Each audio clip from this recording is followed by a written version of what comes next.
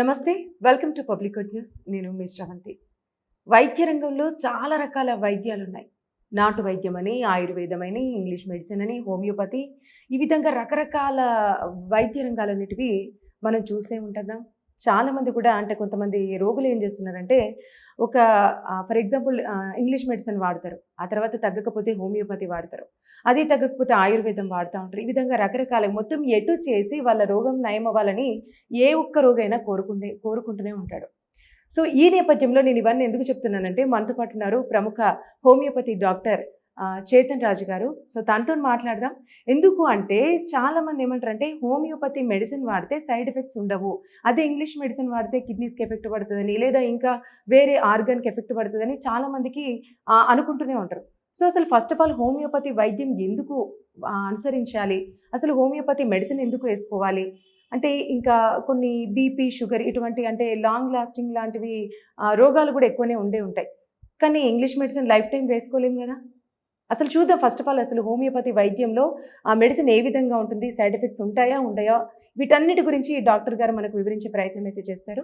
So నమస్తే sir. నమస్తే madam. ఎలా ఉన్నారు సార్? ఫైన్. డాక్టర్స్ని ఎలా ఉన్నారనే క్వశ్చన్ అసలు అడగద్దు, అంతేనా? Okay sir. అసలు నాకు ఫస్ట్ ఆఫ్ ఆల్ ఒకటి చెప్పండి. చాలామంది పేషెంట్స్ ఎవరైనా సరే వాళ్ళకి ఏదైనా డిసీజ్ వచ్చిందంటే ఫస్ట్ హాస్పిటల్కి వెళ్తారు, టెస్ట్లు అన్నీ చేయించుకుంటారు, ఆ తర్వాత మెడిసిన్ ఇస్తారు, అది లైఫ్ టైం వేసుకోవాలని చెప్తారు. అది భరించలేక లాస్ట్కి ఈ హోమియోపతి డాక్టర్స్ అంటే మీలాంటి వాళ్ళ దగ్గరికి వస్తారు. అసలు నిజంగా వాస్తవానికి ఉండవా, సైడ్ ఎఫెక్ట్స్ ఉండవా? చూడండి, ఇప్పుడు మీరు అన్నారు కదా ఏదైనా ప్రాబ్లం స్టార్ట్ అయితే హాస్పిటల్ పోతారు అనేసి. కానీ ఏం చేస్తారంటే మ్యాక్సిమం మంది, ఇప్పుడు సింపుల్ ఎగ్జాంపుల్ తోటి మనం స్టార్ట్ చేద్దాం. సో ఒక మనిషి ఉన్నాడు, ఇంటికాడ టీవీ చూస్తున్నాడు. సో ఆ పేషెంట్ ఏజ్ వచ్చేసి 27 years 28 years అనుకోండి. ఆ పేషెంట్కి అంత ఏజ్ ఉన్నప్పుడు సడన్గా తలనొప్పి స్టార్ట్ అయింది అనుకోండి. ఏం చేస్తాడు? మెడికల్ షాప్ పోతాడు, ఇంటికాడ దగ్గర ఉన్న మెడికల్ షాప్ పోతాడు. మెడికల్ షాప్ పోయి నాకు తలనొప్పి అవుతుంది, ఏదో గోళీ అంటాడు. ఆయన ఒక 10 రూపాయలు 12 రూపాయలు తీసుకొని గోళీ ఇస్తాడు, తగ్గిపోతుంది. మళ్ళా వారం తర్వాత మళ్ళీ అట్లనే అవుతుంది. అవును, తగ్గుతుంది కదా అని ఇంకా ఏదో మెడిసిన్ బాగుందని వాడటం, మళ్ళీ పోవడం, కొనడం, వేసుకోవడం. ఇట్లనే నెలకు 5-6 సార్లు తలనొప్పి వస్తుంది ఆ పేషెంట్. మళ్ళీ నెల తర్వాత కూడా తగ్గలేదు. ఇప్పుడు ఏం చేయాలనేసి ఇప్పుడు ఊర్లలో ఎవరైనా ఆర్ఎంపీ డాక్టర్ ఉంటే ఆయన దగ్గర పోతాడు. ఆయన దగ్గర పోయి ఇట్లా నెల నుంచి అవుతుంది, 5-6 సార్లు అయింది, నేను గోళీలు కొన్నా వేసుకున్నా తగ్గలేదు అంటాడు. మళ్ళీ అయినా గోళీలు ఇస్తాడు, మళ్ళీ అవి వాడతాడు. అట్లనే 3-4 నెలలు అయిపోయినాయి, అయినా తగ్గట్లేదు. ఇప్పుడు లాస్ట్కి ఒక ఫిజిషియన్ దగ్గర పోతాడు, జనరల్ ప్రాక్టీషనర్ దగ్గర పోతాడు. ఆడికి పోయి చెప్తే మళ్ళా గోళీలు వాడడం. లాస్ట్కి ఇప్పుడు తగ్గట్లేదు, 1 year అయిపోయింది, ఇప్పుడు తగ్గట్లేదు అంటే లాస్ట్కి ఏమో ఓ స్పెషలిస్ట్ దగ్గర పోతాడు, లేదంటే సూపర్ స్పెషలిస్ట్ దగ్గర పోతాడు. అప్పుడు ఆయనకి ఏం తెలుస్తుంది అంటే ఆయనకు మైగ్రేన్ ఉందని తెలుస్తుంది. సో ప్రోగ్రెస్ ఎలా ఉండే రోగంది? ఫస్ట్ ఒకసారి వచ్చింది, అట్లానే పెరిగి పెరిగి పెరిగి పెరిగి ఇప్పుడు 1.5 year అయిపోయింది. ఎపిసోడ్లు వస్తూనే ఉన్నాయి, పేషెంట్ ఏమో పెయిన్ కిల్లర్లు వేసుకుంటూనే ఉంటాడు. ఇప్పుడు ఆ ఫిజిషియన్ ఏమంటారు, చూడు దీనికి ఓన్లీ పాలియేటివ్ ట్రీట్మెంట్ ఉంటుంది, అంటే నీకు వచ్చినప్పుడు నువ్వు ఈ మందులు వేసుకోవాలి, ప్లస్ ఇది అవాయిడ్ చేయాలంటే బయటికి పోయినప్పుడు గాగల్స్ వాడాలి, అండ్ ఎండకు డైరెక్ట్ ఎక్స్పోజ్ అవ్వద్దు, లైట్లకు డైరెక్ట్ ఎక్స్పోజ్ అవ్వద్దు. ఇప్పుడు ఈ పేషెంట్కి ఏం అలవాటు ఉండే, ఎక్కువసేపు టీవీ చూడడం. ఇప్పుడు అన్ని ఎల్ఈడీలు అయిపోయినాయి, అందరి ఇంట్లలో, చాలా మంది ఇంట్లలో హోమ్ థియేటర్లు ఉన్నాయి. వాళ్ళు ఏం చేస్తారు, అన్ని లైట్లు బంద్ చేసుకొని టీవీ చూస్తారు, డైరెక్ట్ ఎక్స్పోజర్ ఉంటుంది. చాలా ఎక్కువసేపు వెబ్ సిరీస్లు ఎంతసేపు 8 గంటలు 10 గంటలు కంటిన్యూ చూస్తారు, బీంజ్ వాచింగ్ అనేసి. సో అప్పుడు ట్రిగర్ అవుతుంది, మళ్ళీ వీళ్ళకు వామిటింగ్ సెన్సేషన్ అవుతుంది. సో వామిటింగ్ సెన్సేషన్కి యాంటీఎమిటిక్ ఇచ్చేస్తారు, అంటే వాంతులు రాకుండా ఒక గోళీ, తలనొప్పి వస్తే ఒక గోళీ. సో ఇట్లా అయిపోతుంది. ఇప్పుడు ఈ పేషెంట్ ఎన్నేళ్ళు మెడిసిన్ వేసుకుంటాడు? మొత్తం ఇయర్స్ అయితే మెడిసిన్స్ వేసుకోలేడు కదా. ఎప్పుడు వస్తే అప్పుడు పెయిన్ కిల్లర్ వేసుకోవడం, అది కిడ్నీల పైన ప్రభావం వేయడం, లివర్ పైన ప్రభావం వేయడం, ఇట్లా అవుతుంటారు. సో ఇప్పుడు పేషెంట్లు ఏమనుకుంటారు, ఒక 5 ఏళ్ళు 6 ఏళ్ళు అయిపోయింది ఇట్లా రోగం వచ్చి, ఇప్పుడు నేను ఏం చేయాలి? అరే ఇప్పుడు హోమియోపతి డాక్టర్ దగ్గర పోదాం అంటే 4 ఏళ్ళు 5 ఏళ్ళ తర్వాత, రోగం స్టార్ట్ అయిన తర్వాత హోమియోపతి డాక్టర్ల దగ్గర వస్తారు. ఇప్పుడు హోమియోపతిలో మేము ఏం చేస్తామంటే పేషెంట్ వచ్చినప్పుడు ఏ డాక్టర్ అయినా హోమియోపతి, ఆయుర్వేదం, కన్వెన్షనల్ మెడిసిన్ ఎవరు అయినా కేస్ టేకింగ్ తీసుకుంటారు. పేరేంది, ఏజ్ ఏంది, ఎక్కడ ఉంటారు, ఏం చేస్తారు, ఎన్ని గంటలు పడుకుంటారు, దాంతోపాటు రోగాల సిమ్టమ్స్ అన్నీ రాసుకోవడం. సో ఇంగ్లీష్ మెడిసిన్ దగ్గర పోతే తలనొప్పి ఉందా అనేసి ఈ మందు రాసి ఇచ్చేస్తారు, తొందరగా అయిపోతుంది వాళ్ళ కేస్ టేకింగ్. కానీ ఆయుర్వేదంలో, హోమియోపతిలో, సిద్ధాలో, ఇవన్నిట్లో, యునానీలో కూడా మనం పేషెంట్ తోటి డీటెయిల్ కేస్ టేకింగ్ తీసుకుంటాం. స్పెషల్లీ హోమియోపతి కేస్ టేకింగ్ అన్నిటికన్నా పెద్దగా ఉంటుంది. ఒక్కొక్కసారి 15 నిమిషాలు ఉంటుంది, ఒక్కొక్కసారి 2 గంటలు, 2.5 గంటలు కూడా ఉంటుంది. ఎందుకంటే మనం పేషెంట్ని టాప్ టు బాటమ్ అర్థం చేసుకోవాలి. ఇప్పుడు టాప్ టు బాటమ్ అర్థం చేసుకోవాలంటే పేషెంట్ బాడీలో ఉన్న రోగం సిమ్టమ్స్ అర్థం చేసుకోవాలి, వాళ్ళ ఫ్యామిలీ హిస్టరీ, అంటే వాళ్ళ ఫ్యామిలీలో ఎటువంటి రోగాలు, వంశపరంగా ఏమైనా వస్తున్నాయా అవి రాసుకుంటాం. దాంతోపాటు వాళ్లకు ఏమైనా స్ట్రెస్ ఉందా దాని గురించి కూడా రాసుకుంటాం. సో పేషెంట్కి పర్టికులర్ స్ట్రెస్ ఉంది, ఆ స్ట్రెస్ వల్ల ఆయనకు ఇంబ్యాలెన్సెస్ అయినాయి బాడీలో, దానివల్ల రోగాలు వచ్చినాయి. ఇప్పుడు మోడర్న్ సైన్స్ కూడా ఇప్పుడు అవును స్ట్రెస్ వల్ల కూడా రోగాలు వస్తాయి. ఏ స్ట్రెస్ వల్ల ఏ రోగాలు వస్తున్నాయి, మనం దాని మీద ఆల్మోస్ట్ 200 years నుంచి రీసెర్చ్ నడుస్తుంది హోమియోపతిలో. సో ఒక్కొక్క స్ట్రెస్కి ఒక్కొక్క పర్టికులర్ రోగాలు అనేటివి వస్తాయి. అంటే సార్ ఇప్పుడు హాస్పిటల్స్కి వెళ్ళినప్పుడు కొన్ని ఇన్స్ట్రుమెంట్స్తోని, అంటే వాటితో పాటు టెస్టులు, స్కానింగ్స్ ఇవన్నీ చేసి ఫైనల్గా నీకు డిసీజ్ ఉంది అని చెప్తారు కదా, హోమియోపతిలో కూడా ఆ విధంగానే అంటే స్కానింగ్స్, టెస్ట్లు అవన్నీ ఉంటాయా? పేషెంట్లకు ఇప్పుడు మనం డివైడ్ చేసుకుంటే ఒకటి వచ్చేసి ఫిజిషియన్ అంటే డాక్టర్, అది హోమియోపతి డాక్టర్ ఉండొచ్చు, ఆయుర్వేదిక్ డాక్టర్ ఉండొచ్చు, అలోపతి డాక్టర్ ఉండొచ్చు. మళ్ళీ డయాగ్నోస్టిక్స్ అంటే మనం ల్యాబ్కి వెళ్ళి టెస్టులు చేయించుకోవాలి. ఆ టెస్టులు చేపిస్తూనే మనకు తెలుస్తుంది ఏ రోగం ఉందనేసి. ఆ టెస్ట్ రిపోర్ట్లు తీసుకొని పేషెంట్ మన దగ్గర వస్తాడు. మళ్ళీ డిస్పెన్సింగ్ అది మనం కూడా చేయొచ్చు, లేదంటే బయట మెడికల్ షాప్లో కూడా మందులు కొనొచ్చు పేషెంట్. సో ఏ రోగానికి కూడా ట్రీట్మెంట్ ఇస్తే మనకు రోగం ఏముందని తెలియాలి ఫస్ట్. సో దాని గురించి హోమియోపతి డాక్టర్లు కూడా టెస్టులు రాస్తారు. అంటే మీరు అన్నారు కదా, అంటే ఫస్ట్ మొత్తం తనని స్టడీ చేస్తాం, జెనెటిక్ పరంగా ఏమన్నా ఉందా అది అని అన్నారు కదా. సో అట్లా మొత్తం స్టడీ చేస్తాం, మొత్తం రాసుకుంటాం, ఆయన మైండ్లో ఉన్న సిమ్టమ్స్ రాసుకుంటాం, మందులు కూడా ఇస్తాం, ప్లస్ ఏమైనా టెస్ట్స్, ఇన్వెస్టిగేషన్స్ అవసరం ఉన్నాయంటే ఇస్తాం. కానీ మాక్సిమం టైమ్స్ ఏమవుతుందంటే పేషెంట్ మన దగ్గర వచ్చినప్పుడు మొత్తం కేస్ హిస్టరీ తీసుకొస్తాడు, ఎందుకంటే ఆయన ఎన్నో డాక్టర్ల దగ్గర పోయి లాస్ట్కి మన కాడ వస్తాడు. యాక్చువల్లీ అయితే సరే ఇప్పుడు ప్రస్తుతానికి మనం సిచ్యువేషన్ చూసుకున్నట్టయితే 30+ ఏజ్ ఉన్న వాళ్ళకే బీపీలు, షుగర్లు ఇవన్నీ స్టార్ట్ అవుతూనే ఉన్నాయి ఇప్పటి నుంచి. అంటే వాళ్ళ లైఫ్ టైం ఒక 60 years వరకు వాళ్ళు బ్రతుకుతారని అనుకుంటే, ఈ 30 నుంచి 60 years వచ్చే వరకు, అంటే ఒక 30 years వాళ్ళు డైలీ వాడే మెడిసిన్స్ ఏవైతే ఉంటాయో, అట్లీస్ట్ అంటే ఒక 10 years అంటే 40+కి వచ్చేసరికి ఖచ్చితంగా బాడీ లోపల ఉన్న ఏదైనా ఒక ఆర్గాన్ అయితే ఎంతో కొంత అయితే ఎఫెక్ట్ పడుతుంది వీళ్ళు వాడినటువంటి మెడిసిన్ వల్ల. మరి ఇప్పుడు ఈ హోమియోపతిలో సేమ్ అంత లాంగ్ ప్రాసెస్ వాడాలా మెడిసిన్? కొద్ది రోజులు వాడితే సరిపోతుందా? బీపీ, షుగర్ మెయిన్ చూసుకున్నట్టయితే, ఇప్పుడు ఫర్ ఎగ్జాంపుల్ షుగర్ పేషెంట్ ఉన్నాడు. అసలు షుగర్ ఇప్పుడు డయాబెటిక్ క్యాపిటల్ ఇండియానే ఇప్పుడు వరల్డ్లో, అండ్ లైఫ్ ఎక్స్పెక్టెన్సీ ఇండియాలో ఏమో అప్ టు 60 years, 65 years ఉంది, అంటే యావరేజ్ లైఫ్ స్పాన్ మనిషిది. అదే డెవలప్డ్ నేషన్స్లో చూసుకోండి మీరు, అంటే ఇప్పుడు సింగపూర్ ఉంది, అక్కడ 80 years వరకు ఉంటాడు మనిషి. ఎందుకు? క్వాలిటీ ఆఫ్ ఎయిర్ క్వాలిటీ ఒకటి, ఫుడ్ క్వాలిటీ ఒకటి, మళ్ళీ దాని తర్వాత టెంపరేచర్, ఎన్నో మల్టిపుల్ ఫ్యాక్టర్స్ ఉంటాయి. కానీ ఇప్పుడు మీరు అన్నారు షుగర్, ఇప్పుడు షుగర్ పేషెంట్ ఏమనుకుంటాడు, షుగర్ వ్యాధి నాకు వచ్చింది అంటే ఇప్పుడు నాకు లైఫ్ టైం షుగర్ ఉంటుంది.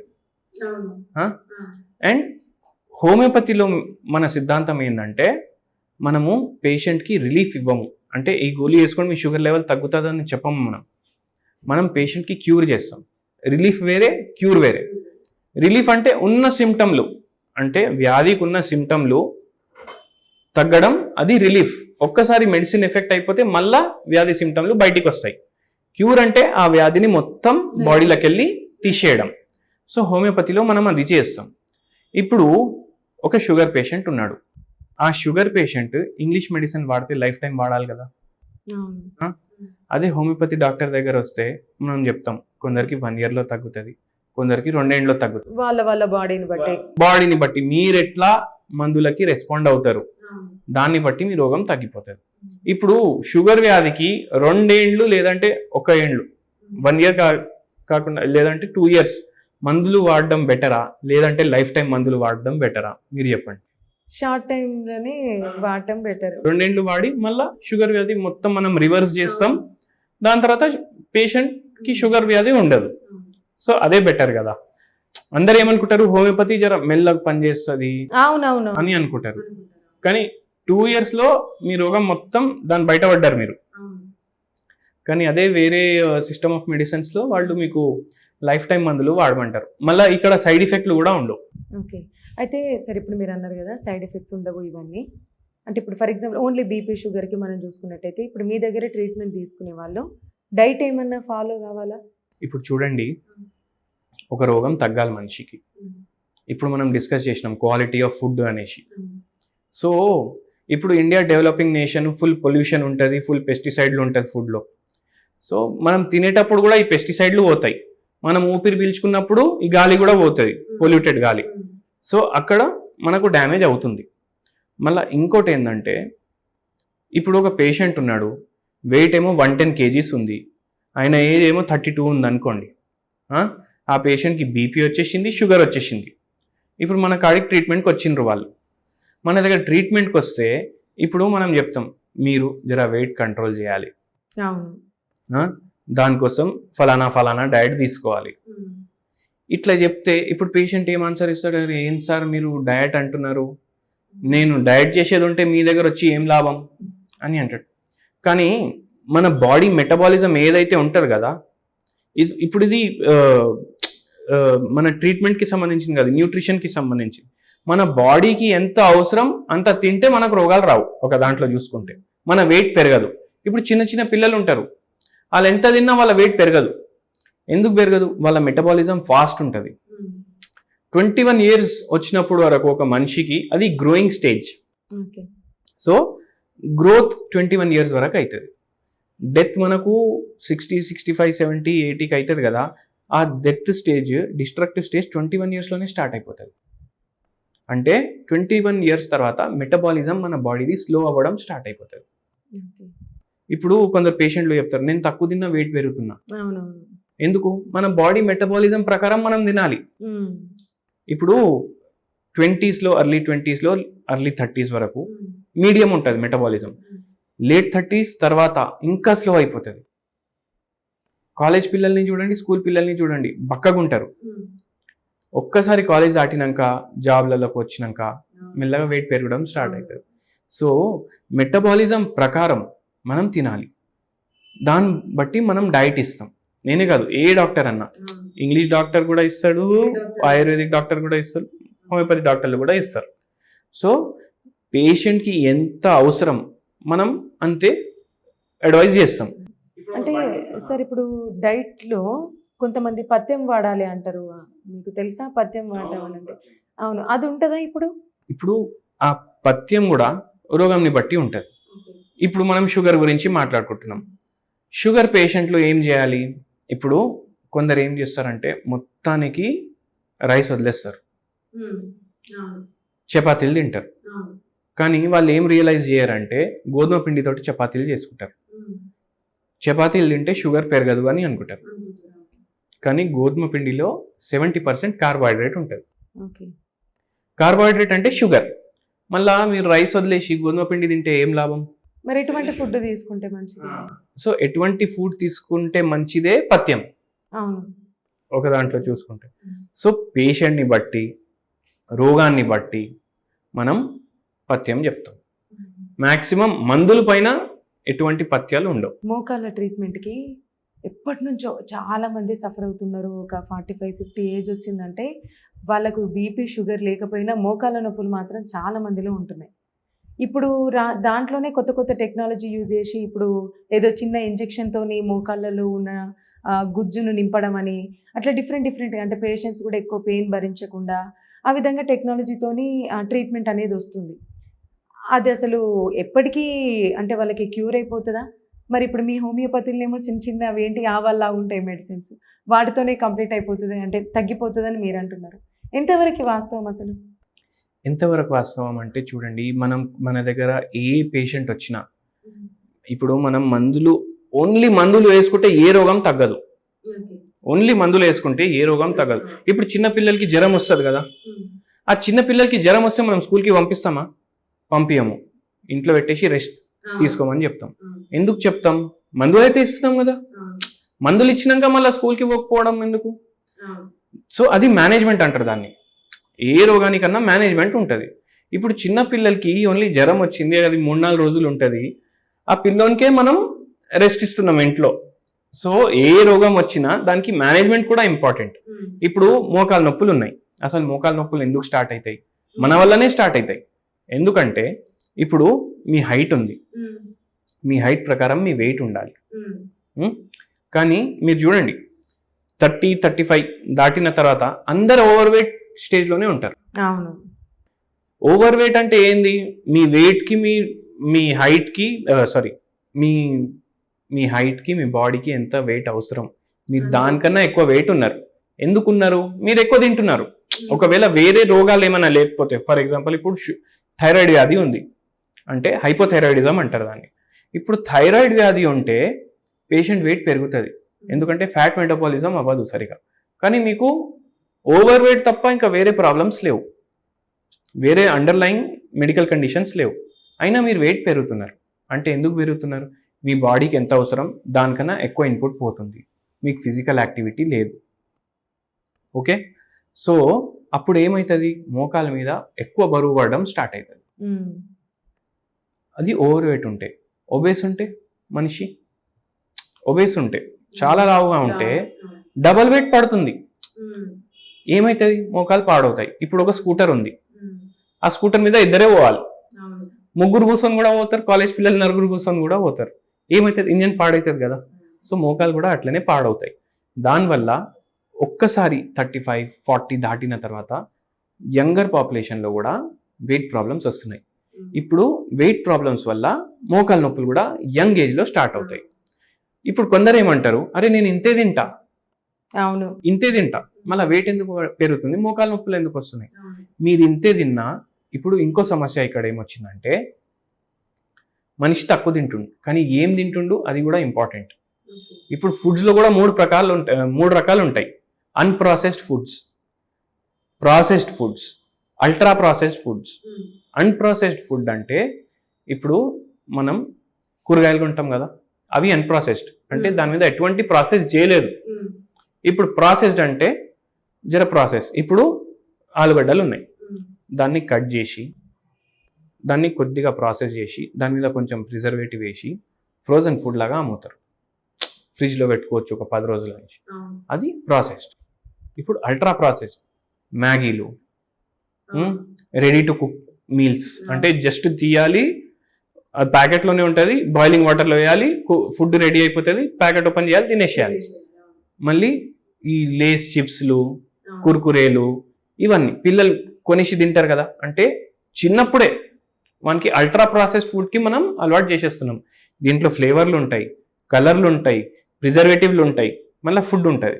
అంటే ఒక ఆలుని మనం ఆలు చిప్స్ లాగా తయారు చేసేసినాం, దాంట్లో ఎన్నో ఎడిటివ్స్ యాడ్ అయిపోయినాయి, అది అల్ట్రా ప్రాసెస్డ్ అయిపోయింది. సో అట్లా, సో అల్ట్రా ప్రాసెస్డ్ అవాయిడ్ చేయాలి. ఇప్పుడు మన కిచెన్ ఉంటుంది, ఇప్పుడు ఇంతకుముందు అల్లం వెల్లుల్లి పేస్ట్ ఉంటుండే, మనమే ఇప్పుడు చేయాలి, వంటలు వేయాలంటే ఇప్పుడే దంచేసి రెడీ చేస్తుండే. ఇప్పుడు డబ్బా కొనేసి తీసుకొస్తున్నాం, అంటే అది ప్రాసెసింగ్ అయిపోయింది. ఇప్పుడు దాంట్లో ఓన్లీ అల్లం వెల్లుల్లి ఉందా, ఇంకా ఏమేమి ఉందా మనకు తెలియదు. సో ఏమవుతుంది, మనం ఆ ప్రాసెస్డ్ పేస్ట్ వాడతాం. సో ఇటువంటి ప్రాసెస్డ్ ప్రోడక్ట్లు తీసేయండి మీ కిచెన్లో. ఇప్పుడు ప్యాకింగ్లో ఏమేమి ఉన్నాయి అవన్నీ తీసేయండి. ఏది చేసుకున్నా ఫ్రెష్ చేసుకోండి. అండ్ అప్పుడు మీరు లిమిటెడ్ క్వాంటిటీ తింటే అప్పుడు వెయిట్ పెరగదు. అప్పుడు వెయిట్ పెరగకపోతే మోకాలు నొప్పులు స్టార్ట్ కావు, ఎందుకంటే మీ వెయిట్ కూడా నార్మల్ ఉంటుంది, మీరు హెల్దీ తింటున్నారు. సో అట్లా మోకాలు నొప్పులు స్టార్ట్ అయ్యి అది ఆస్టియోఆర్థరైటిస్ అయిపోతుంది. అంటే సార్ ఇప్పుడు మ్యాక్సిమం ఇప్పుడు మోకాళ్ళ నొప్పులు ఉన్న పేషెంట్ మీ దగ్గరికి వస్తే మ్యాక్స్ ఎన్ని సంవత్సరాల లోపల తగ్గిపోతుంది? ఇప్పుడు మోకాలు నొప్పుల్లో కూడా ఎన్నో రకాలు ఉంటాయి. ఓకే, ఒకటి ఆర్థరైటిస్ మనకు తెలుసు. సో ఆర్థరైటిస్లో కూడా మన 100 రకాలు ఉంటాయి. దాంట్లో కొన్ని రకాలు ఏముంటాయంటే ఆస్టియోఆర్థరైటిస్ ఉంటుంది, రూమటాయిడ్ ఆర్థరైటిస్ ఉంటుంది, సోరియాటిక్ ఆర్థరైటిస్ ఉంటుంది, గౌట్ ఆర్థరైటిస్ ఉంటుంది. ఇప్పుడు ఆస్టియోఆర్థరైటిస్ పేషెంట్ వచ్చిండు, మొత్తం గుజ్జు డ్యామేజ్ అయిపోయింది, ఇంకా సర్జరీనే చేయాలని అంటారు డాక్టర్. ఆ సర్జరీ చేయించినారనుకోండి, వాళ్ళకు వెయిట్ ఎక్కువ ఉందనుకోండి, ఇప్పుడు ఏదైతే ఆర్టిఫిషియల్ రీప్లేస్మెంట్ చేస్తారు కదా వాళ్ళు, అయితే ఆ మోకాల మీద కూడా ఎక్కువ బరువు పడుతుంది కదా, మళ్ళీ అవి కూడా ఖరాబ్ అవుతాయి కదా విత్ ఏజ్, మళ్ళీ చేపియాలి. సో దాని బదులు మన దగ్గర పేషెంట్ వస్తే మనం ట్రీట్మెంట్ స్టార్ట్ చేస్తాం. అర్లీ స్టేజెస్లో ఉందనుకోండి 5-6 నెలల్లో రివర్స్ అయిపోతుంది. ఓకే, కానీ స్టార్టింగ్ స్టేజ్లో వస్తే ఒక 5-6 మంత్స్లో తగ్గిపోతుంది. కానీ వెయిట్ చాలా ఎక్కువ ఉంది పేషెంట్ది, మొత్తం గుజ్జు డ్యామేజ్ అయింది, ఆస్టియోఫైట్స్ ఫార్మేషన్ ఉంది, ఆస్టియోఆర్థరైటిస్ లేటర్ స్టేజెస్లో ఉంది, అయితే టైం పడుతుంది. ఒక 1 year, 1.5 year మొత్తం నొప్పి తగ్గిపోతుంది మ్యాక్సిమం. టోటల్ ఇప్పుడు 20 ఏళ్ళలో ఉన్న మనిషికి ఎట్లుంది ఆ నీ జాయింట్, అట్లయితే అవ్వదు, బట్ మొత్తం నొప్పి తగ్గిపోతుంది, మనిషికి నడవడానికి వస్తుంది, పనులు చేసుకోవడానికి వస్తుంది, మ్యాక్సిమం రిపేర్ మనం చేస్తాం. అంటే సార్ ఇప్పుడు ఇంకా ఏజ్తో కూడా సంబంధం ఉండకుండా చిన్న చిన్న ఏజ్ వాళ్ళ, అంటే యంగర్ ఏజ్ వాళ్ళకి కూడా పడుకున్నప్పుడు నరాలపై ఒక నరం పైన ఇంకొకటి పడటం, లేదా నిద్రలో ఎక్కువ జరుగుతూ ఉంటాయి. ఈ నరాలు సడన్గా పట్టేసినట్టు అవ్వడం, లేదా నడుస్తుంటే పట్టేసినట్టు అవ్వడం, వాళ్ళకి తెలియకుండానే ఈ చేతులు అనేటివి, కాళ్ళ ఫింగర్స్ అనేటివి ఊగడం, ఈ విధంగా జరుగుతూ ఉంటాయి. నరాల బలహీనతకు సంబంధించినవేనా ఇటువంటివన్నీ? అవును. ఓకే, మరి అంటే మీ దగ్గర ఒకవేళ అంటే హోమియోపతి మెడిసిన్ తీసుకుంటే ఎన్ని రోజుల వరకు కంట్రోల్ అవుతుంది? అసలు ఎందుకు వస్తుంది ఫస్ట్ ఆఫ్ ఆల్ నరాల బలహీనత? సో నరాల బలహీనత రావడానికి మల్టిపుల్ రీజన్స్ ఉంటాయి. ఒక్కొక్కసారి ఇప్పుడు నరాలంటే ఏంది, ఇప్పుడు మన నర్వస్ సిస్టమ్ అంటే బ్రెయిన్, స్పైనల్ కార్డ్, ఇది నర్వస్ సిస్టమ్. ఇవన్నీ బాడీకి నర్వ్ సప్లై చేస్తాయి. ఇప్పుడు అందరు ఏమనుకుంటారు, చాలామంది బ్లూ లైన్స్ కనిపిస్తాయి మన స్కిన్ మీద, అవి చూసి ఇవే మన నరాలని అనుకుంటారు, కానీ అవి వెయిన్స్ ఉంటాయి, అవి బ్లడ్ సప్లై చేస్తాయి. ఇప్పుడు ఈ నరాలు ఏం చేస్తాయి, నరాల్లో కూడా బ్లడ్ పోతుంది అనుకుంటారు చాలామంది, మన బ్లడ్ ఇంప్యూర్ అయిపోయింది, దానివల్ల మనకు నరాల ప్రాబ్లమ్స్ వస్తున్నాయి అని అనుకుంటారు, కానీ అట్లా ఉండదు. మన బ్రెయిన్, స్పైనల్ కార్డ్ మనకు నర్వ్ సప్లై చేస్తాయి, మొత్తం బాడీకి నరాలు సప్లై చేస్తాయి. ఇవి వైర్లు లాగా ఉంటాయి, దీంట్లోకి వెళ్ళి కరెంట్ పాస్ అవుతుంది.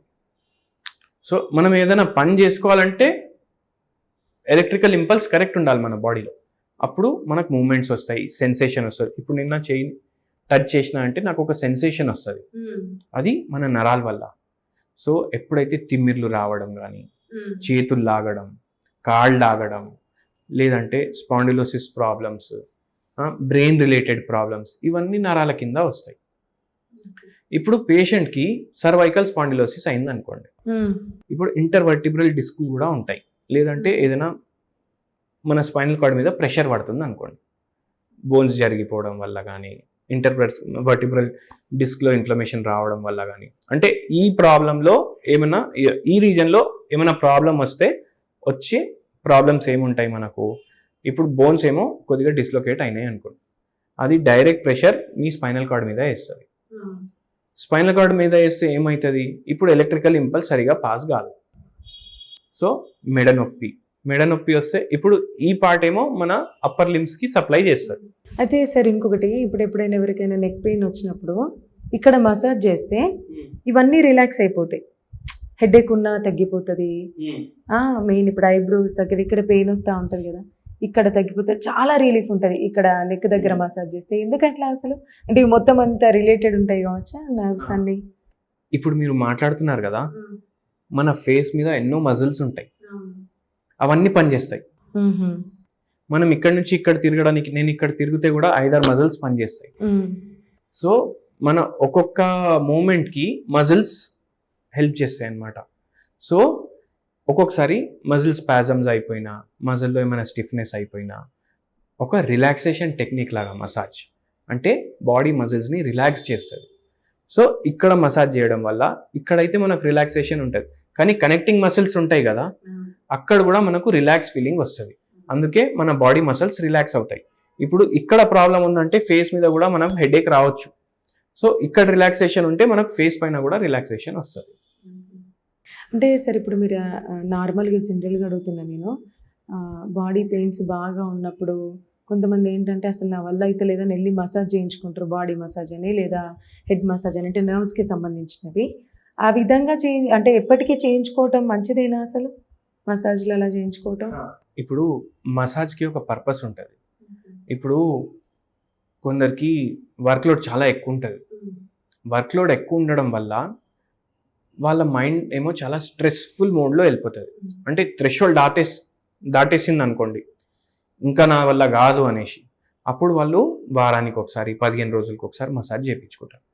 మసాజ్ చేయించుకుంటే బాడీ రిలాక్స్ అవుతుంది. అది ఒక రిలాక్సేషన్ టెక్నిక్. అయితే బాడీ రిలాక్స్ అయితే మైండ్ కూడా రిలాక్స్ అవుతుంది, నిద్ర మంచిగా వస్తుంది. సో వాళ్ళకు రిలాక్సేషన్ కోసం వాళ్ళు చేయించుకోవచ్చు అట్లా.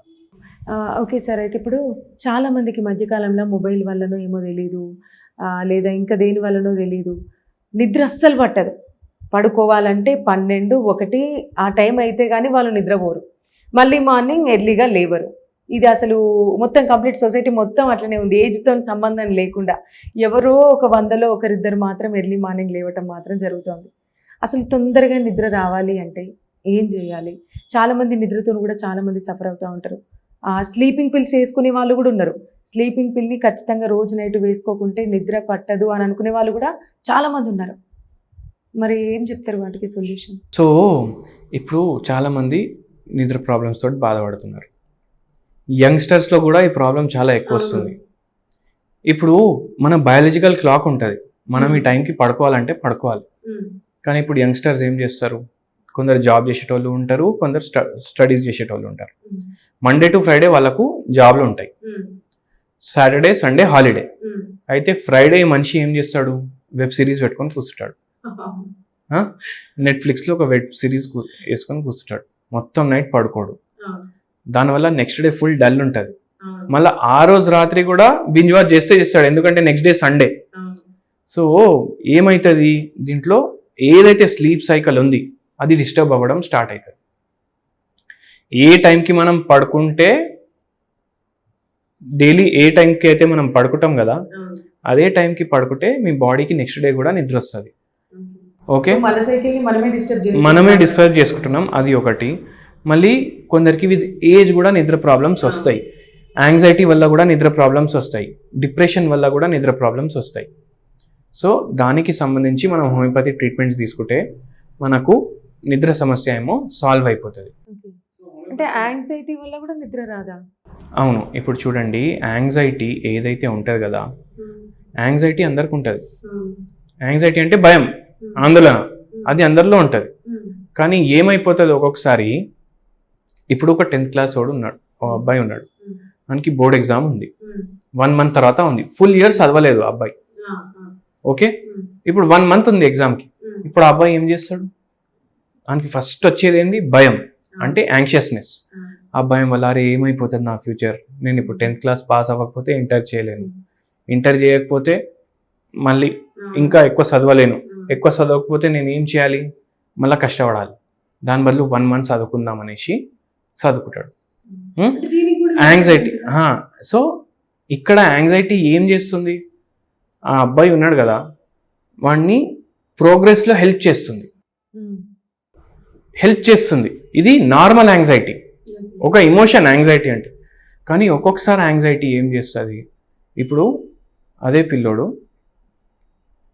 6 months ముందు నుంచే బాధపడుతున్నాడు, టెన్షన్ పడుతున్నాడు, 6 నెలలే ఉన్నాయి ఎగ్జామ్కి, 6 నెలలే ఉన్నాయి, నేను ఫెయిల్ అయిపోతే ఏమవుతుంది, మళ్ళీ నేను చదవలేను, ఇంట్లో ఏమంటారు, ఇంట్లోకి వెళ్ళి బయటికి వెళ్ళిపోరా, నువ్వు పాస్ అవ్వలేదు ఫెయిల్ అయిపోయినావు అని అంటారా, మళ్ళీ నేను చదవలేను, మళ్ళీ నాకు ఏమైపోతుంది, ఒంటరిగా ఎట్లా బతుకుతాను, ఇవన్నీ పాసిబిలిటీస్ ఇవి అవ్వవు. దానివల్ల అదే ఆలోచించి అసలు 6 నెలలు చదవాడు, పాస్ కాడు. అదే యాంగ్జైటీ తోటి ఎగ్జామ్ ఫియర్ కూడా స్టార్ట్ అవుతుంది, ఎగ్జామ్లో వెళ్ళి కూర్చోవడానికి కూడా భయపడతాడు, దాంతో నిద్ర డిస్టర్బ్ అవుతుంది, నిద్ర డిస్టర్బ్ అయితే ఈటింగ్ హ్యాబిట్స్ డిస్టర్బ్ అవుతాయి, ఓవరాల్ లైఫ్ చేంజ్ అయిపోతుంది. యాంగ్జైటీ వల్ల మళ్ళీ ఒక్కొక్కసారి డిప్రెషన్ కూడా వచ్చేస్తుంది. మల్టిపుల్ రకాలు ఉంటాయి యాంగ్జైటీలో కూడా. సో ఎక్కడైతే మనకు ప్రోగ్రెస్లో హెల్ప్ చేయకుండా మనకు డౌన్ఫాల్లో తీసుకొని పోతుంది యాంగ్జైటీ, అది ప్యాథలాజికల్ యాంగ్జైటీ. సో దానికి ట్రీట్మెంట్ కావాలి, అండ్ దానికి ట్రీట్మెంట్ కూడా మనం ఇస్తాం. ఓకే. ఓకే. అంటే అట్లా మెడిసిన్ వాడుతుంటే వాళ్ళకి కొంచెం రిలాక్సేషన్ ఏదన్నా దొరుకుతదంటారా? హ్మ్. ఇప్పుడు ఏమైతదంటే ఇట్లా క్రానిక్ యాంగ్జైటీ ఎప్పుడైతే అయిపోతది, అప్పుడు మన బ్రెయిన్‌లో కెమికల్స్ ఉంటాయి. ఆ కెమికల్ ఇంబాలెన్సెస్ అయిపోతాయి. దానివల్ల ఎక్కువ యాంగ్జైటీ రావడం, నిద్ర సరిగా రాకపోవడం, యాంగ్జైటీ వల్ల మళ్ళా వేరే వేరే సిమ్టమ్‌లు కూడా వస్తాయి. హార్ట్ రేట్ పెరిగిపోతది, మజిల్ స్టిఫ్‌నెసెస్ వస్తాయి. ఇప్పుడు కొందరికి గుండె దడ అనిపిస్తది. ఎక్కడైనా కొట్టుకునేటట్టు కూడా అనిపిస్తది. ఇక్కడ చేతిలో ఇట్లా కొట్టుకుంటుంది మజిల్ ఇక్కడ. సో, అట్లా కూడా అయితాయి. బాడీ పెయిన్స్ స్టార్ట్ అవుతాయి. సో, డైజెషన్ సరిగా అవ్వదు. కాన్‌స్టిపేషన్ అయిపోతది. సో, ఇన్ని మల్టిపుల్ ప్రాబ్లమ్స్ చూపిస్తది బాడీ. సో, అవన్నీ తగ్గాలంటే మనం మెడిసిన్ ఇవ్వాలి. ఓకే. సరే ఇప్పుడు అమ్మాయిలలో చాలా మందికి పీసీఓడి ప్రాబ్లమ్స్ ఉన్నాయి. అంటే మేబీ బయట తినే జంక్ ఫుడ్ వల్లనో ఏమో తెలీదు. చాలా ప్రాబ్లమ్స్ ఫేస్ చేస్తున్నారు. హాస్పిటల్‌కెళ్ళిన తర్వాత కూడా డాక్టర్స్ ఇచ్చే మెడిసిన్ తీసుకుంటే తప్ప వాళ్ళకి పీరియడ్ రాదు. అవి అంటే వాళ్ళకి పిల్లలు పుట్టడం కూడా చాలా కష్టమైపోతా ఉంటది. చాలా ప్రాబ్లమ్స్ ఫేస్ చేస్తున్నారు చాలామంది అమ్మాయిలు. ఒక 100 మంది మహిళల్లో ఇంచుమించు ఒక 60% మంది ఫేస్ చేస్తున్నారు. ఇది రాను రాను ఇంకా ఎక్కువ అవుతుంది తప్ప తగ్గట్లేదు. మరి ఆ స్టార్టింగ్ స్టేజ్‌లో మీ దగ్గరికి వస్తే తగ్గిపోతదంటారా? ఈ మెడిసిన్ వాడితే? హోమియోపతి మెడిసిన్ వాడితే వాళ్ళు ఏ స్టేజ్‌లో ఉన్నా అంటే వాళ్ళకి పీరియడ్స్ చాలా డిస్టర్బ్ అయిపోతున్నాయి. దానివల్ల ఇన్‌ఫర్టిలిటీ వచ్చేసింది. దానివల్ల వెయిట్ పెరిగిపోయింది. దానివల్ల మూడ్ స్వింగ్స్ అయితున్నాయి. ఇవన్నీ కూడా తగ్గుతది. స్కిన్ ప్రాబ్లమ్స్ వస్తాయి. పిగ్మెంటేషన్ వచ్చేస్తది. స్లీప్ సరిగా టైంకి రాదు. దీనివల్ల మళ్ళీ థైరాయిడ్ వస్తది. థైరాయిడ్ వచ్చిన తర్వాత మళ్ళీ షుగర్ వస్తది. ఈ 3 ఉన్న హోమియోపతికి వస్తే మనం దాన్ని రివర్స్ చేస్తాం. ఓకే. తొందరలోనే అంటే ఇక టైం మరి అంటే ఎక్కువ టైం కాకుండా 6 months to 1.5 yearలో అయిపోతుంది. ఇప్పుడు చాలా సివియర్ ఉంది కేసు. ఫ్యూచర్‌లో వచ్చే ఛాన్స్ ఏమైనా ఉంటదా?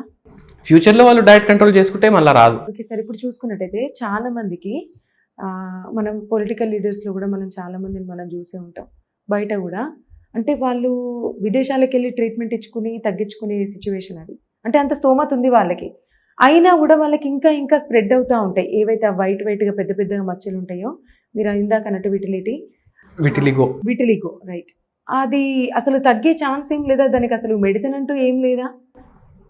చిన్న చిన్న ఏజెస్ అంటే పెళ్ళికి ఎదిగిన యువతులు కూడా చాలా మంది ఫేస్ చేస్తున్నారు ఆ ప్రాబ్లం అనేది. చిన్న స్పాట్ ఎక్కడైనా ఫస్ట్ అవుతుంది. అది మెల్లిమెల్లిగా బాడీ అంతా స్ప్రెడ్ అయ్యి బ్లాక్ అండ్ వైట్ లాగా అసలు వాళ్ళు చాలా ఇబ్బంది పడుతున్నారు. అంటే మానసికంగా కూడా చాలా కుంగిపోతున్నారు. ఉందా మెడిసిన్ ఉందా హోమియోపతిలో? ఇప్పుడు మన దగ్గర ఒక కేసు వచ్చిండే. ఎక్కడి నుంచి అంటే సోలాపూర్ నుంచి ఒక పేషెంట్ వచ్చారు మన దగ్గర. వాళ్ళకి ఎవరో రెఫర్ చేసిండ్రు. సో వాళ్ళ బాబుకి ఒక ఫ్యామిలీలో ఒక చిన్న బాబు ఉండే. ఆ బాబుకి పుట్టినప్పటి నుంచి చేతుల మీద విటిలిగో ఉండే, ఫేస్ మీద విటిలిగో ఉండే, ఇంకా ఎక్కడ లేదు. చేతుల మీద ఉండే, ఫేస్ మీద ఉండే. అయితే వాళ్ళు మన దగ్గర వచ్చిన తర్వాత మనం కేసు తీసుకుంటామని చెప్పినాం మీకు. ఆ అబ్బాయి ఏజ్ 5 years 6 years ఉండే. ఇప్పుడు కదా ఆల్మోస్ట్ వచ్చి కూడా 10 years అయింది. ఆ బాబుకి మనం కేసు తీసుకొని ఇంకా అది ఒకసారి వస్తే మళ్ళీ తగ్గదు అని అంటారు, ఇంకా లైఫ్ టైం ఉంటుంది అని అంటారు. కానీ ఈ బాబుకి మనం ట్రీట్మెంట్ ఇచ్చినాము. 2 years వాడినరు వాళ్ళు మెడిసిన్. ఫస్ట్ ఫేస్ పైన ఉన్నది మెల్లిమెల్లిగా మొత్తం కవర్ అయిపోయింది. దాని తర్వాత 1 year 1.5 year తర్వాత చేతుల మీద కూడా ఏదైతే ఉండేనో అది కూడా మెల్లిమెల్లిగా తగ్గిపోయింది. సో హోమియోపతి మెడిసిన్స్ తోటి ఇవన్నీ రివర్స్ అవుతాయి. అండ్ మనం ఇక్కడ ఏం చేస్తామంటే స్ట్రెస్ గురించి అడుగుతాం కదా. ఇప్పుడు ఈ బాబుకి 5 yearsలో ఏం స్ట్రెస్ ఉంటుంది, కానీ పుట్టినప్పటి నుంచి ఉంది కదా. అయితే అటువంటప్పుడు ఇప్పుడు కొన్ని రోగాలు పుట్టుకతోటే వస్తాయి. ఇప్పుడు డెవలప్మెంటల్ డిసార్డర్స్ ఉంటాయి. ఒకరికి చేయి ఉండదు, ఒకరికి కాలు ఉండదు. అయితే వాళ్ళకి ఏం చేస్తామంటే వాళ్ళ మదర్కి ప్రెగ్నెన్సీ టైంలో ఏమైనా స్ట్రెస్ ఉందా అనేసి మనం ఫోకస్ చేస్తాం. ఎందుకంటే మదర్కి స్ట్రెస్ ఉండడం వల్ల అది డెవలప్మెంట్ మీద ప్రభావం వేసింది. సో మనం మదర్ కేస్ హిస్టరీ కూడా తీసుకుంటాం అప్పుడు. అట్లా మదర్కి చాలా మానసిక ఒత్తిళ్ళు ఉండే ప్రెగ్నెన్సీలో, అండ్ వాళ్ళ ఫాదర్ చనిపోయింది ఆ టైంలో, ప్రెగ్నెన్సీ టైంలో. సో అది ఎఫెక్ట్ చేసింది చాలా. దానివల్ల ఈ పిల్లోనికి ఇట్లా అయింది. Okay sir. అంటే ఇప్పుడు ఆల్మోస్ట్ అన్ని రకాల రోగాలకి ఇప్పుడు హోమియోపతిలో మెడిసిన్ ఉంది. వితౌట్ అంటే సైడ్ ఎఫెక్ట్స్ లేకుండా మెడిసిన్ ఉంది. అది కూడా మనం తక్కువ కాలంలో తగ్గించుకోవచ్చు. ఓకే ఫైన్, బాగుంది సార్. అయితే ఈ మధ్యకాలంలో ఇప్పుడు మనం చూసుకున్నట్టయితే హెర్బల్ లైఫ్ అని, ప్రోటీన్ షేక్స్, పౌడర్స్ అని రకరకాలుగా వస్తున్నాయి. ఏది అవసరం లేదు, ఎంత పెద్ద క్యాన్సర్ అటువంటివి ఏ డిసీజ్ ఉన్నా కూడా తగ్గిపోతుంది. చాలా కాస్ట్ ఉంటాయి. ఇప్పుడు ఆ ప్రోటీన్ షేక్స్ మనం తీసుకోవాలన్నా కూడా అది తాగినంత వరకే.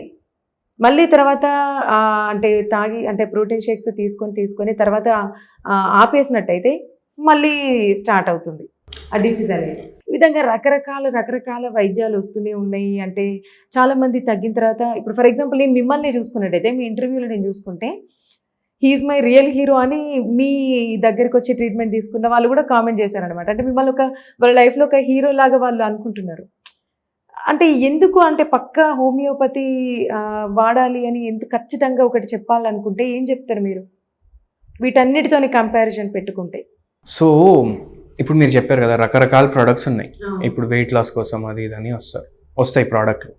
దానికి వేలు కడతారు నెలకు. 15,000, 20,000, 30,000 కడతారు. ఇప్పుడు ఆ ప్రోడక్ట్ వాడితే వెయిట్ కూడా తగ్గుతుంది అంటారు వాళ్ళు, థైరాయిడ్ కూడా తగ్గుతుంది అంటారు, క్యాన్సర్ కూడా తగ్గుతుంది అని చెప్పేటోళ్ళు ఉన్నారు. అట్లా ఉంటే హాస్పిటల్స్, క్లినిక్లు, నాకు అదే అర్థం కాదు సార్. అసలు ఇప్పుడు అన్ని రేడియేషన్స్ ఇస్తారు, కీమోథెరపీలు ఇస్తారు, సర్జరీలు అవుతాయి, అదొక 1 year ప్రాసెస్ జరుగుతూ ఉంటుంది ట్రీట్మెంట్ అనేది. అది మొత్తం అసలు ఏది అవసరం లేదు, ఈ జస్ట్ షేక్ తాగితే తగ్గిపోతుంది అని అంటారు. అసలు ఎట్లా పాసిబుల్ అని నేను అంటున్నా. అది ఎట్లా పాసిబుల్ అంటే దానికి ఓన్లీ ఒకటే ఉంటుంది, మార్కెటింగ్ ఎట్లా అంటే ఇప్పుడు చూడండి, ఫస్ట్ ఓన్లీ వెయిట్ లాస్ గురించి కన్సిడర్ చేద్దాం. ఇప్పుడు వాడు ఏమంటాడు వచ్చి ఏజెంట్, మీరు మార్నింగ్ ఈ షేక్ తీసుకోవాలి, మీరు నైట్ ఈ షేక్ తీసుకోవాలి, మధ్యాహ్నం ఒక పూట మీరు ఏం తింటారు తినండి, మీ వెయిట్ లాస్ అవుతుంది, నేను ఛాలెంజ్ చేస్తున్నా అంటాడు. దాని బదులు మార్నింగ్ ఒక గ్లాస్ పాలు తీసుకొని, నైట్ ఒక గ్లాస్ పాలు తీసుకొని, మధ్యాహ్నం ఏం తిన్నా వెయిట్ తగ్గుతుంది. ఎందుకు తగ్గుతుంది? మీరు 24 hours ఒక దాంట్లో చూసుకుంటే ఇంటర్మీడియట్ ఫాస్టింగ్ చేస్తున్నారు, కరెక్ట్?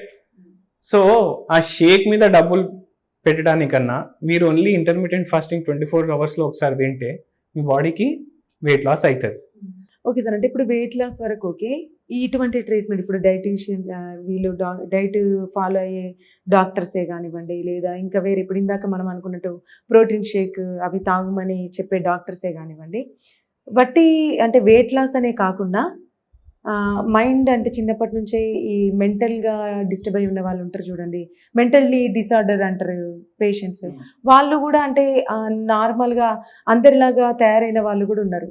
అట్లా కూడా పాసిబుల్ అవుతుందా? నాకు తెలియదు మేడం. అంటే పేషెంట్స్ అయితే అంటే వాళ్ళు కొత్తగా పరిచయం చేశారు, ఎందుకంటే డాక్టర్లు అయితే ఈ షేక్ లో అడ్వైస్ చేయరు. ఎవరైనా మార్కెటింగ్ ఏజెంట్సే, అంటే ఇది మెయిన్లీ మల్టీ లెవెల్ మార్కెటింగ్ అంటారు. అంటే ఎవరైనా కొంటే ఆ డబ్బులు పైన వరకు పంచుతారు వాళ్ళు. సో ఎవరు డాక్టర్స్ అయితే చెయ్యరు, అండ్ చేసేటోళ్ళు కూడా ఎందుకు చేస్తున్నారు మనకు తెలియదు. క్యాన్సర్ పేషెంట్స్కి హోమియోపతిలో మెడిసిన్ ఉందా? మెడిసిన్ వాడి బాడీలో ఉన్నటువంటి క్యాన్సర్ని తగ్గించుకోవచ్చా? ఇప్పుడు మన దగ్గర క్యాన్సర్ పేషెంట్లు కూడా వస్తారు. సో ఇప్పుడు ఎప్పుడైతే పేషెంట్కి క్యాన్సర్ వస్తుంది, ఆ మైండ్లో ఒకటే వస్తుంది ఆలోచన, నేను చనిపోతాను, ఇంకా నేను ఉండను. కానీ అండ్ సొసైటీ కూడా ఏం చేస్తుంది, ఎక్కువ సింపతి చూపించడం ఆ పేషెంట్ మీద అట్లా చూపిస్తుంది. కానీ ఎప్పుడైతే ఇప్పుడు ఏ సిస్టమ్ అన్నా సరే, ఇంగ్లీష్ మెడిసిన్ కానీ, హోమియోపతి కానీ, ఆయుర్వేదం, యునాని, సిద్ధ ఏది ఉన్నా సరే, మీకు 80% రోగాలు అన్నిట్లా దానికి మనకు ఏదో సమాధానం ఉంటుంది. కానీ మనం హోమియోపతి ఎందుకు వాడాలంటాము? ఇప్పుడు ఒక పేషెంట్ ఉన్నాడు, స్టార్టింగ్ స్టేజ్, ఓకే, క్యాన్సర్ ఏ క్యాన్సర్ అయినా ఉన్నా సరే, ప్యాంక్రియాటిక్ క్యాన్సర్ ఉందని, ఆ పేషెంట్ మన దగ్గర వస్తే మనము మెడిసిన్ ఇవ్వడం స్టార్ట్ చేస్తాం. ఇప్పుడు హోమియోపతి వల్ల సైడ్ ఎఫెక్ట్ ఉండదు. హోమియోపతి వల్ల రోగం పూర్తిగా రివర్స్ ఎందుకు అవుతుంది అంటారంటే, ఎప్పుడైతే మనం మెడిసిన్ ఇస్తామో మెడిసిన్ తోటి రోగం తగ్గదు. మనము బాడీలో ఏదైతే హోమియోస్టాసిస్ అంటే బాడీ ఫంక్షనింగ్లో ఎక్కడైతే డిస్టర్బ్ అయిపోయింది దాన్నే కరెక్ట్ చేస్తాం, అది మెడిసిన్ చేసుకుంటారు, మళ్ళీ బాడీనే సెల్ఫ్ రిపేర్ చేసుకుంటారు. ఇప్పుడు క్యాన్సర్ సెల్స్ అంటే ఏంది? Abnormal cell production, rapid cell production. అది ఎందుకు అవుతుంది? ఎక్కడైతే సెల్స్ ప్రొడ్యూస్ అవుతున్నాయి అక్కడ ఏదో డిస్టర్బెన్స్ అయింది, అది మైండ్ కోఆర్డినేట్ చేసుకొని బాడీలో సెట్ చేస్తుంది. దానికి హోమియోపతి మెడిసిన్ హెల్ప్ చేస్తుంది. సో అందుకే ఏ రోగం ఉన్నా సరే, ఇప్పుడు ఫ్యూచర్లో ఇంకా రోగాలు వస్తూనే ఉంటాయి. సో ఇప్పుడు మీరు చూడండి, ఏ కొత్త రోగం వచ్చినా హోమియోపతి డాక్టర్లు ఏమంటారు, మా దగ్గర ట్రీట్మెంట్ ఉంది అంటారు. ఎందుకంటే రోగం ఉండేది ఒకటే, దానికి వేరియేషన్స్ గా కొత్త కొత్త పేర్లతోటి రోగాలు వస్తుంటాయి. ఇప్పుడు కోవిడ్ వచ్చినప్పుడు అరే COVID-19 వైరస్ వచ్చింది, జనాలు చనిపోతున్నారు, హోమియోపతి డాక్టర్లు ఏమో మా దగ్గర ట్రీట్మెంట్ ఉంది అని అంటుండే, ప్రివెంటివ్ మెడిసిన్ కూడా ఉంది అంటుండే.